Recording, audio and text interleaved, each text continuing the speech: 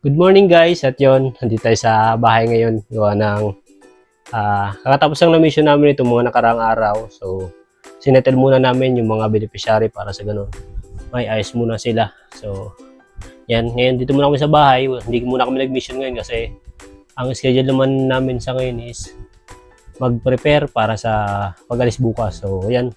Bukas na yung alis namin papuntang Hong Kong. So, kita-kits dyan sa mga followers natin dyan, sa mga viewers namin dyan. So, kita-kits dyan sa Hong Kong. At yun, sana, walang maging problema sa airport kasi medyo maigpit daw doon. So, yun. Ayusin lang natin yung mga gamit natin. Nagpe-prepare ako ng mga dadalhin dyan. Yung mga susuotin dyan kasi malamig daw dyan sa ngayon. So, nag-ayos din ng mga gamit. Yung mga order akong yung mga dal tayong jacket. Tapos, pantalon. Dala na rin ako ng pantalon para sa gano'n. Medyo, may laban tayo sa lamig dyan. Tapos yung iba pang mga kailangan para iwas tayo sa lamig. Ay, napalakas. So, ayan, prepare lang tayo para sa gano'n. Wala na maging problema sa dadalhin natin bukas. Naka-ready na lahat. So, yun. Ayusin lang natin itong gamit. Bali, ito lang yung dala namin bag. So, wala kaming maleta. Bag yung dala namin. So, pare-pares kami nila Marcos ito. Si Marcos saka si JM. Magkakapares kami ng bag. Yun. Natanda lang, baka magkapalit-palit ng gamit. So, yung mga ready na tayo ito. Toothbrush. Tapos, syempre, yung mga requirements. Nadali na rin namin. Yan, nagdala na rin ako ng yan, may bonnet. Pulo. Para in case na malamig, may mga gamit tayo. Saka ito sa leg yata ito. Nalagay. Ready na natin para sa lamigin kasi ako. Hindi ka tulad nila Marcos na matibay kahit paano sa lamig. So ako lamigin kaya kailangan natin yun. Tapos, mga papeles para kailanganin. So, yun, bibili pa lang ng envelope para mailagay ito mo sa mga envelope. Isang lang siya. Kasi isang lalagyan lang. So, kailangan natin ito i-priority.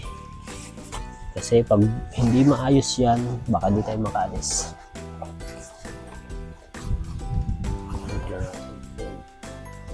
Ito tayong gloves. Mga gloves na rin tayo. Para laban sa lamig. Ang taong lamigin. So, ayan. Order na natin. Ano po ba? Yung panyo ko ng silk.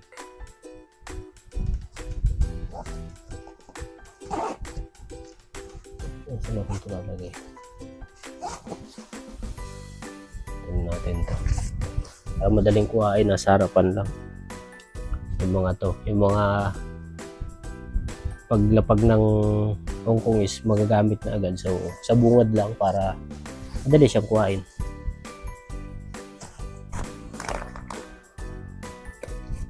Yung mga ilan akong gamit na nandito, yung mga nauna ko nilaban.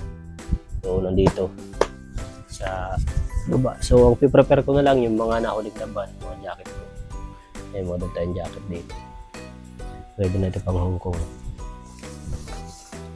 Ang total lang naman ng bagahe namin is 7 kilo lang. So, hindi kami pwede mag-exceed. Saka, kailangan, wala pang 7 kilo to gawa ng maglalagay pa kami dito ng mga camera. So, yun. Yung jacket natin. Makapal naman siya.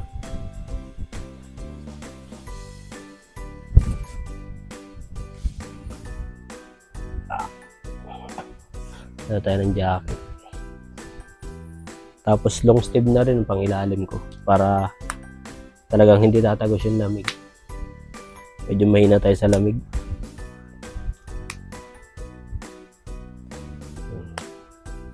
Prepare na natin ito para magamit tayo doon.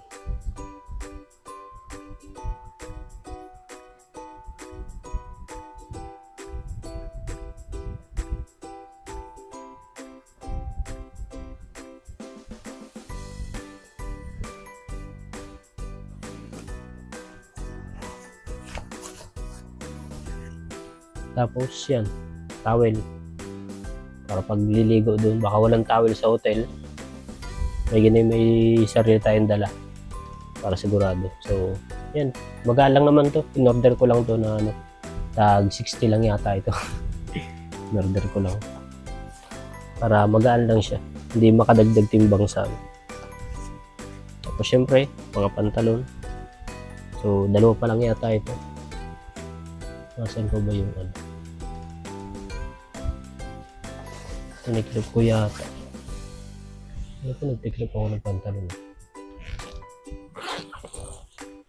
So, baka napasama din. So, tiniklip ko.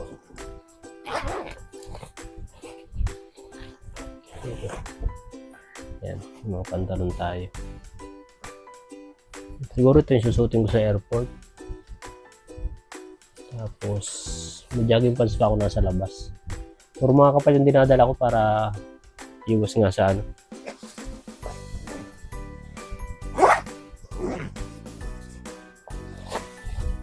Hindi ko alam kung ilang kilo na yan.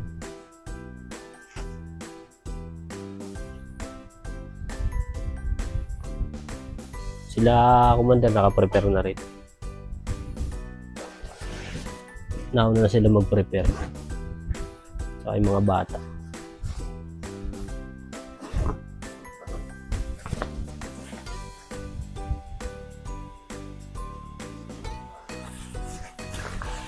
Yeah.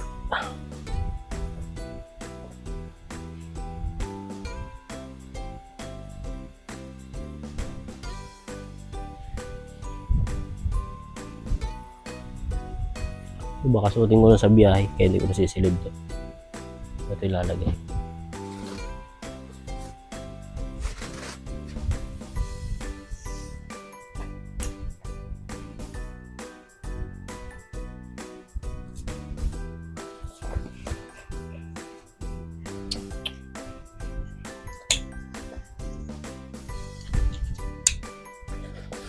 Okay na yan. Ano yan, dala namin. Medyo malaki yung bag. Pero, mas kalating na yung laman niya.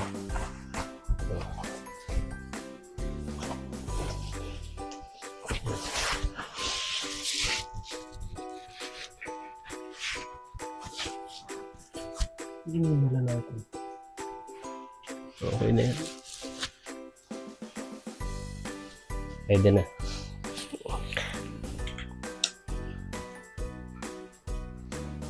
Hindi ko alam, 7 kilo na yata ito. Wala pa.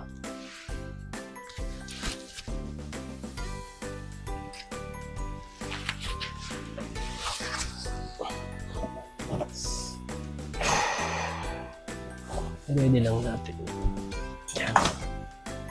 Tapos, nag-ano na rin ako ng sapatos. Gawa ng, yung ginagamit nating sapatos is luma na gawa ng sa mission namin ginagamit yun. So, napuputikan siya. Putik, tapos, nga, araw-araw din naman mission namin, araw-araw labas. So, nag-provide na ako. Tag 300 lang na sapatos. Yan.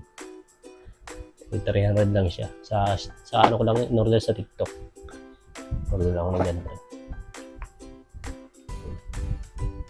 Paano lang naman, pansamantala lang naman na gamit. So, okay na yan. Hindi naman kailangan kasi ilang araw naman kami doon, 7 days. So siguro hindi naman ito masira sa loob ng 7 araw. Kaya goods na rin ito. Yung sapatos natin. Lagyan na yung kulay puti para kahit paano formal kasi hindi naman siguro maputik yan. Ito lang naman sabihin ko na maputik. So yan lang naman yung repair natin. Mga ilang gamit lang. Ano, kagaya ka na? Ayun guys, si Jamie, nakagayak na rin. Pare-pares kami ng bag. Tatlo kami kakapares. Couple kami tatlo. Isang team talaga, Pare-pares kami ng bag. Tapos yung mga bata, pare-pares naman ng maleta. Yung mga maleta ng bata, puro ganito. Yan, ayun pala, nasa taas. Yan yung maleta ng mga bata, pare-pares sila. So kami naman tatlo nila Marcos, pare-pares ng bag. Kaming tatlo nila JM, kaya yun. Sakto na yan. Timbangin natin. Nga po. Baka sobrang 7 kilo yan. Yun na nga eh. Nasaan kaya yung timbangan? Na kay Marcos yung timbangan eh. Hindi ko alam kung saan niya nilagay. Sa baba yata. Hanapin ko. Para matimbang natin kung ano, sakto na. Alam ko nandito yun eh. Yung timbangan. Nandyan? Wala guys yung timbangan. Para matimbang sana natin. And medyo madilim dito kasi nagagawa dun sa labas.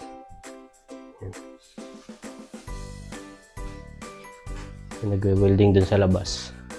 So, sara natin yung pinto kasi nakapasok yung usok, may bata. Buksan lang siguro natin isang ilaw. Tapos patayin natin sa kusina at wala namang tao sa kusina. Tayo sa taas.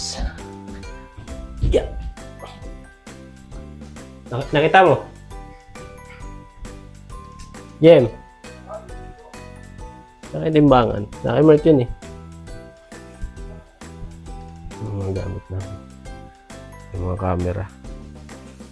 So yun, di pa pala matitimbang gawa ng yung mga camera pa kami. Pero pwede naman siguro yung camera is ano lang, hand carry lang. So hindi naman kakasama sa timbangin yung hand carry.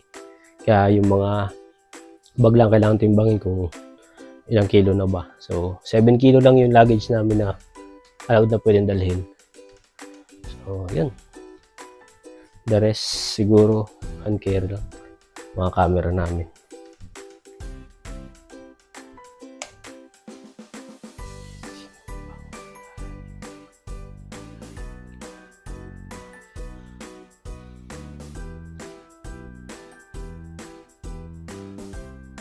Yan, may mga nakalimutan pala tayo igayak yung mga ID natin. So, nandun sa isang bag. Nilipat ko siya. Patay na ilaw. Sayang kuryente. So, lipat ko lang dun sa isang bag para nakagayak na. Wala naman kami mission din.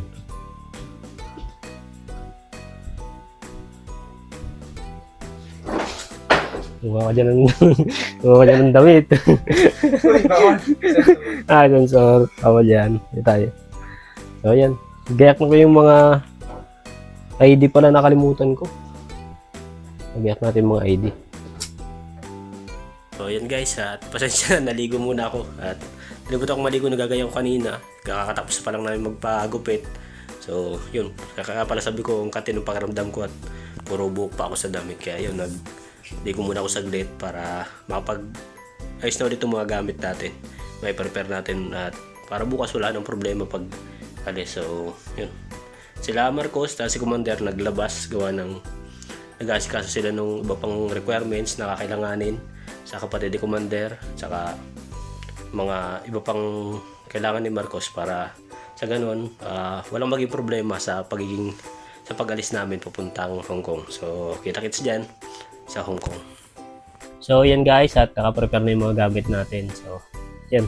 Nagbili na rin kami ng ganito ng charger na gagamitin dyan. So, sabi nila, wala dyan nung saksakan na katulad sa Pinas. Kaya, pinorder kami ni Marcos ng ganito. Check natin. Right lang. At, talaga. Yung cellphone. So, yan. Ito, mura lang ito. Tag 100 pesos lang yata. Yung tatlo na charger. Yung number namin yan. Ito na yung mga gagamitin dyan sa Hong Kong kasi bawal yata dyan yung ganito, yung dalawahan lang. Kaya, order kami nito. Ang galing nga niya. Natutuwa kami. Di ano lang siya. Meron nito. Sa tabang isa. Bali pagkakabit-kabit mo lang siyang ganun. Nag-endorse. Nakabit-kabit lang siya ng gano'n. Tapos, ano lang. Okay na siya. 100 plus lang. So, ayan. Lagay na natin ito kasi baka dito makapag-charge dyan pagkaandala natin yung normal lang na ulo ng charger. So, kaya kailangan natin yan. At ito yung mga suiting ko, nakalabas na. Ayan, nagulo. Naplansyahin ko pa siya bago umalis. itong pantalon.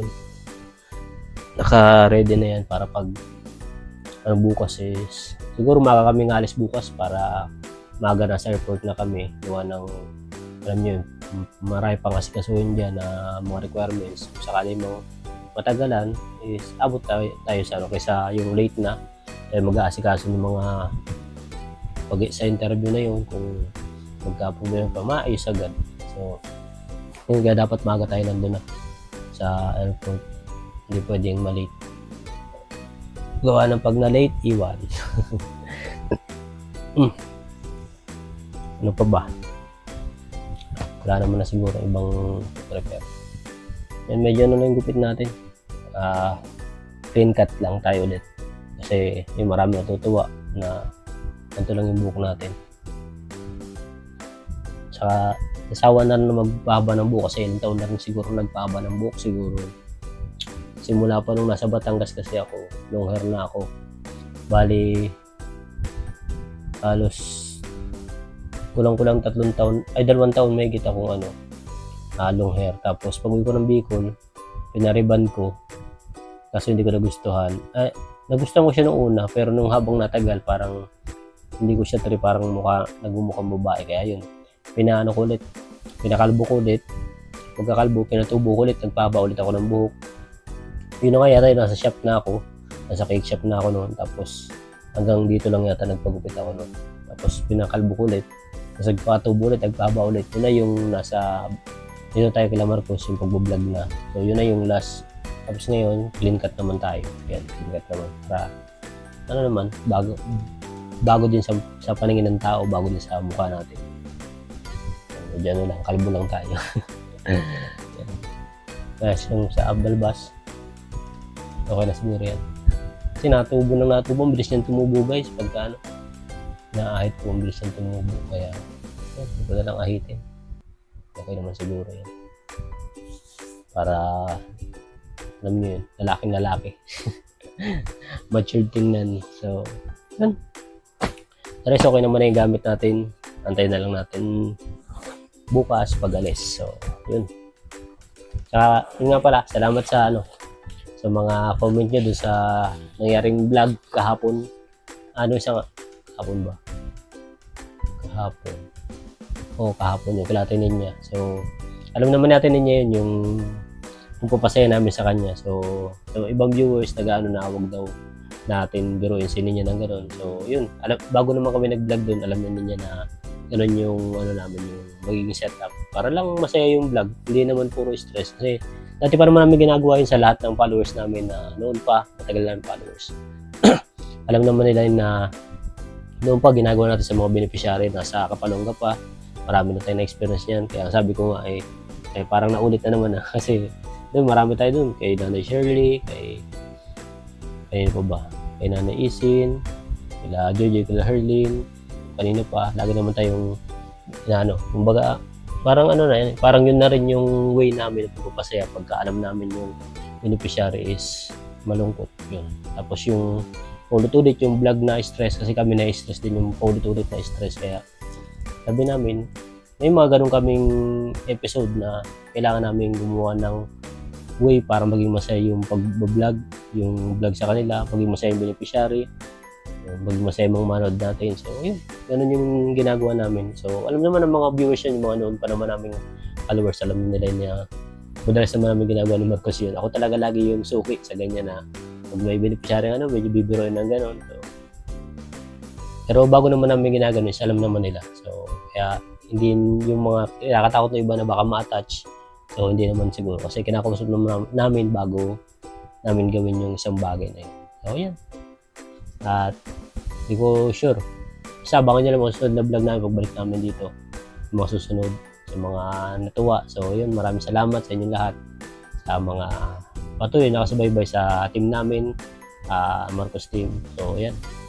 Na yung mga nandiyan sa Hong Kong, kita-kits tayo dyan. At may pasalubong yata si Marcos na nakalaan para dyan lang sa Hong Kong. So, yung mga nandito sa Pilipinas, siguro pagbalik namin, saka namin settle yung mga dyan. So, yun. Ibang mga beneficiary napunta naman, na-settle naman. So, may ilan na kami din napuntahan kasi talagang, alam niyo yun, sobrang busy na, sobrang ano na ng oras namin.